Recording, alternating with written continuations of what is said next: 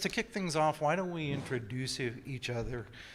Introduce ourselves. But it's probably too late for me to introduce myself. But I've got 20 years capital markets experience, Dundee, A Capital, and Red Cloud, and 10 years of exploration experience with Placer Dome, Franco-Nevada, Newmont. So, Robert, why don't you introduce yourself? Thanks. I'm Robert Tyson. I'm the president CEO of Alcon Silver Corp. We are currently a private company, whereas I would rather call it at this point a pre-IPO company. My background, I've been concentrating in the resource sector for about 17 years. Prior to that, I was in the tech sector. If we get this IPO going, this will be my career 5th IPO. So all things are pointing in the right direction. Alcon itself, as I say, is private, young company. We currently have 3 projects, one project and 3 prospects, let's put it that way. Our main project is in southern Peru, in the Puno district.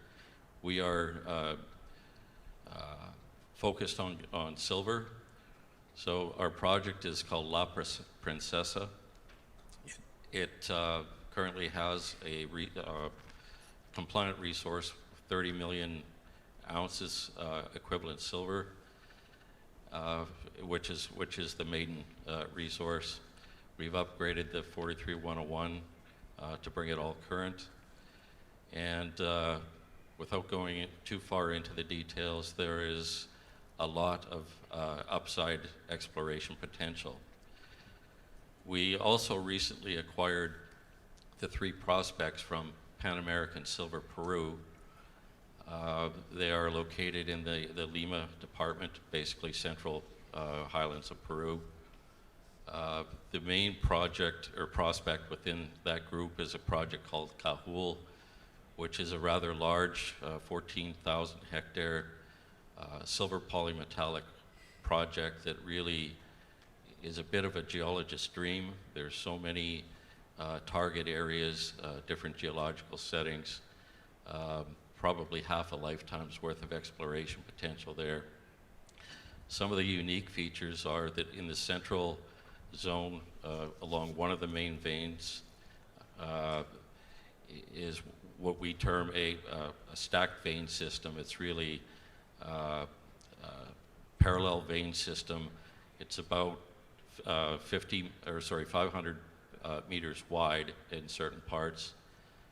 The longest vein is about a little over 2.5 kilometers long. Within the entire 14,000 hectares, there are 10 total discovered vein systems. So that's where we're concentrating our efforts right now. Once we go public, we expect to start drilling right away. As of, what's today, Friday? As of 4 days ago, we just became a fully permitted company operating in Peru, which is a bit of a challenge in Peru these days. So we're happy with that. All we need to do now is complete our IPO, and hopefully silver will pick it up again, and the markets will start to turn around, be a little more friendly to IPOs. So there we go. The other 2 prospects are longer term for us, but they have some really good sample assay numbers, as does Cajul. There's between the 3, there's well over 2,200 samples, and it's a lot of indicators that we've bought into something really good. Okay, Yvonne, why don't you talk about Blue Thunder? Introduce yourself as well. My name is Yvan Grégoire. after 30 years of being on the buy side, I had enough, like more than enough. So on February the 1st of this year, I quit. And then I called my good friend Chad Williams. I said, Chad, what could I do? I don't have a job. He goes, easy. Come with me and you'll work for Blue Thunder and Honey Badger. I said, okay. And where do I get to learn about these companies? He goes, you figure it out. So in the last 2 weeks, I've been running quite a bit. But I'm here to talk about Blue Thunder, and it's a very easy story. It's simple. It's got lots of bite. It's a gold and copper exploration company. It's in a revived gold district south of historical Chibougamau and Chapet mining camp, which produced over 3 billion pounds of copper and 4 million ounces of gold. So if you don't know where the Chibougamau is, it's easy. You go to Quebec City.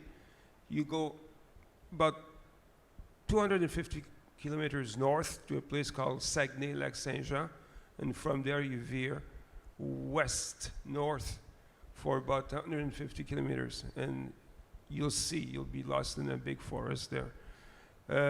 It's called Southern Chapet. It's called the Guercheville Fault System. It's a new bearing complex structure. Next to it, we have the Nelligan deposit, which is IM Gold Vanstar joint venture with a 43101 inferred resource of 3.2 million ounces of gold. So that's very interesting at 1.09 gram per ton. What Chad bought there in 2017, if I'm right, it's called the MUS project, M-U-U-S. It's 51,000 acres of ground with limited historical exploration.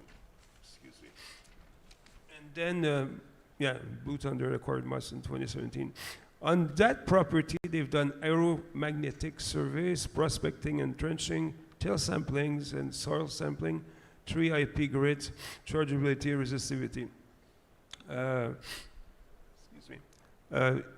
They drilled 14 diamond holes and fan camp and 6 on MUS in 2020.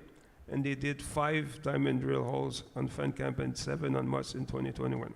Okay, now what's really exciting with Blue Thunder, besides the fact that Red Cloud owns some of it, it's doing a reverse takeover of a company called Analog Gold. Analog Gold has an open pit and underground mine with a 600 ton per day mill that will be expanding to 1,200 tons per day by late 2023. It's got a 6-year mine life based on a 43101 compliant, measured, indicated, and inferred resources of 215 ounces of gold equivalent. And talking about their properties, they have the San Miguel property, which is a satellite gold-silver deposit within trucking distance from the Tadeo mill, which they own. They have a Tres Oros property, which is an active pilot mine ramping up to commercial scale production, 6 years of production at 300 kilotons per year. And the icing on the cake is called the Tadeo mill. Tadeo, it's completed an expansion from 300 to 600 ton per day in 2022, and it will double again that to 1,200 tons per day in 2023. And the beauty with Blue Thunder, it has a very high supportive shareholder base, including O3 Mining, Red Cloud Mining, and many institutional shareholders. It's got a fantastic geologist. He goes by the name of Dusty. He's going to go do some work. Like I said, this is a property based in Mexico, so it's safe jurisdiction. And their Quebec properties, Quebec is one of the best places where to mine in the world, basically, Quebec and Ontario. So they have the second largest land position in an emerging gold district in Quebec. And yeah, I'm no geologist, but I studied physics and I did my CFA. CFA was lots of fun. Anyways, to you. Okay, thank you. Sherman, why don't you give us your background and tell us a little bit about SKRR? Sure. So thanks first of all, David. Great job by, a little bit of a shout out for Red Cloud. They continue to execute great conferences and always fun to be in the same room as David. Say if you hang around with successful people, should rub off. So just a little bit of background, I guess, SKRR, a bit of a real quick story, and then we can hand it back over to Dave for some question and answer. SKRR, the SK stands for Saskatchewan, and the one R stands for Ross McElroy, and the other one is for Ron Nedolinsky. And Ross McElroy and Ron Nedolinsky are both really well-known geologists. I'm sure Red Cloud is pleased to announce that, I know I got the news release about 10 minutes ago that Fission 3 is now embarking on some marketing with Red Cloud, which, F3, which presented earlier, is a world-class uranium discovery in the province of Saskatchewan. Saskatchewan, in our view, is dramatically underexplored. It's heavily explored for potash and uranium, but underexplored for gold in particular. Next to Ontario and Quebec, where you've got the Abitibi. I think there's been 1/1000th of the drilling in Saskatchewan for gold, as there has been in other jurisdictions. So we married up sort of the capital market strength. I was a retail stockbroker for over 25 years. Deal a lot with high net worth individuals. So we raised capital to fund it, SKRR, to go explore for gold in Saskatchewan, which is what we've been doing for the last 2 to 3 years. We've had good success, but the markets have not been favorable to us. And I dovetail off of what Randy Smallwood said and Ross Beatty yesterday, just don't give up. So we're not giving up. We've got about 1.2 million in cash. We're looking for opportunities. We refuse to give up, and we think that, that's sort of the state of junior markets. I think Henry Ford said that any failure is just setting you up for doing something more intelligent in the future. So, we're looking for all kinds of opportunities with SKRR. And and in closing, Ross, it was Ron Nedolinsky, one of our founding guys that, helped us put together some of the original gold properties, for example, like the Olson gold property in SKRR. And David may have heard this story, but they were in L'Orange on the dock, loading into to a float plane to go explore, basically to start staking uranium properties in what is now obviously the well-known Athabasca Basin. This is years ago, well before any discoveries. And they were in the middle of the field exploring, and 3 Mile Island happened. I think it was 3 Mile Island. And then Ron looked at his partner and says, well, I guess we're exploring for gold now. So anyway, that's the nature of the junior markets, and I hope everybody has fun out there. Look for good stories and marry up what Ross Beatty said, don't give up, and with what Randy said, is do your homework on the technical side. Great, thank you very much, Sherman. So we've got some, unfortunately we don't have long enough here, so let's keep it going, AS. Jurisdiction, very important. Saskatchewan ranked second. This is the Fraser Institute, investment, what's the word, attractiveness, I guess is the word that they use. Quebec ranked sixth. Peru ranked about 24th, so still upper quartile, at least last year. Now the new numbers might come out in April, and we will see what they have. But why are you working in these jurisdictions? And I guess, Rob, we'll start talking with you, because that's probably the one that I think most people might be a little bit concerned about. Well, first of all, let me just upgrade the statistics a little bit here. Peru does things a little strange in a lot of ways, but one thing they do is their mining ministry is on top of the economics of the mining business. Mining accounts for 60% of the GDP. So when you look at all the other things going on in Peru, and you wonder why the mining business seems to just thrive and thrive, and a good example of that is from January 23 or 22 to November 22, the investment in mineral exploration in Peru has gone up by 33.9%. It's not changing. If you take a look at the political landscape, it's a systemic mess. There's no question about that. There are ways to fix it. I won't get into all of that.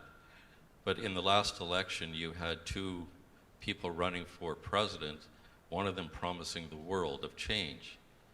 What he was promising never would have happened, never could have happened, for one simple reason. 60% of your GDP. What are you going to do? So when people ask me about Peru, I look at other things besides just the day-to-day things that affect the business. They are important, there's no question about it. One of the main problems in Peru is the time it takes to get permits, which is why I mentioned the fact that as of Monday, we are a fully permitted company, drill ready and soon to be well capitalized. We've raised $1.8 million in the last calendar year. As a private company, there's $600,000 in the bank, we're ready to go. So that's important. But the sort of side story to it all is that there is a tremendous amount of talent in Peru, in the mining business. It is still considered a top 10 world destination, if you will, mineral value in the world. It's, I think last I saw it was number 7. And one thing I learned from some people that were at one time a lot older than me in this business was that's the number one thing. Find your project. You take a look at some of the most successful people in the business, Ross Beatty included. There's no shyness in this business. We sort of run the same way. That's the simple answer. Tell us a bit about Quebec. I'm not biased at all, having grown up there. So, but yeah, the government is very supportive. Quebec has lots of communities up north, and they need to be hired. They need to be kept busy, and you get special tax credits that Ontario doesn't get and BC doesn't get. So it's very mining friendly. You know, they've been mining in Quebec. I've been there for 9th generation. So it's been lots of wood cutting and mining. And that's the obvious answer. And they have a good government compared to other provinces. The Prime Minister is, you know, he's a solid guy, Legault. And for Mexico, it has a huge history of silver mining and probably the best deposits in the world, if David agrees with me. I would think so. And you cannot go wrong. It's not like you wake up one morning and, oh gee, how's my project doing in Nicaragua or another country? And oh, all my money is gone. So, like I say, you work hard for your money, put it in good projects, good jurisdiction, and I'm very pro-Ontario and pro-Quebec mining. After you. Well, the first thing I'd like to say is I sure like your laugh. He's got a good laugh. Don't you have cheap power there too? Isn't that another good thing? Yeah. It's $5.2 dollars per or Cents per kilowatt hour. yeah, it's cheap. 5.2 cents per kilowatt hour. And we all stole it from the natives because we built dams everywhere, so it will be there forever. So Saskatchewan, I mean, it's pretty well known. Saskatchewan is one of the top jurisdictions in the world, which you would never go someplace exploring for mineral, you know, gold if there was no gold there. But there's a lot of gold, so it's got the added bonus of almost being a little bit of a new frontier on the gold side, but also one of the safest and most friendly, which hasn't always been the case, which would explain why it's somewhat underexplored. You go back when it was more of a socialist system in Saskatchewan. I grew up there. I mean, you couldn't even dance if you drank on Sundays there. But anyway, you know, for a long time, the big mining companies had to partner with the government, and that's why it was underexplored. But that's not the case now. It's very pro-mining, excellent infrastructure. Small last fun fact for everybody here. The largest infrastructure program in the world next to the Panama Canal was the Flin Flon ore body. When that was discovered, not sure the dates, but a massive project by Hudbay Minerals which the side product was 7 million ounces of gold and I don't know how many pounds of copper, but so it's a great place. Great. Okay. Well, we are out of time, and I do wish with this we had more time to go on. But I think We you know, can that go every- drink. Yeah, that is the bonus. But no, I think everybody in the Got all the room got teetotalers a- in here, unless you guys are hiding beer under the. Yeah, I think everybody got a flavor of who you guys are and what you're going to do, and you know, your jurisdictions, which is you know, important as well. But I think everybody, thank you very much for joining us on behalf of Red Cloud Securities and Red Cloud Financial Services. I just wanted to say we've had a great couple of days here. Some great talks. You know, over 104 speakers, I think, and we've passed on a lot of ideas. It's also a big week for Red Cloud. We got our trading number. It's 98. It's got an 8 in there, so I think that'll open some eyes. You guys, we haven't had that before, so you will actually realize how much trading we actually are doing in Canada. We've got, you know, we do trading for about 60 companies right now. So, and I hear hopefully some others coming soon.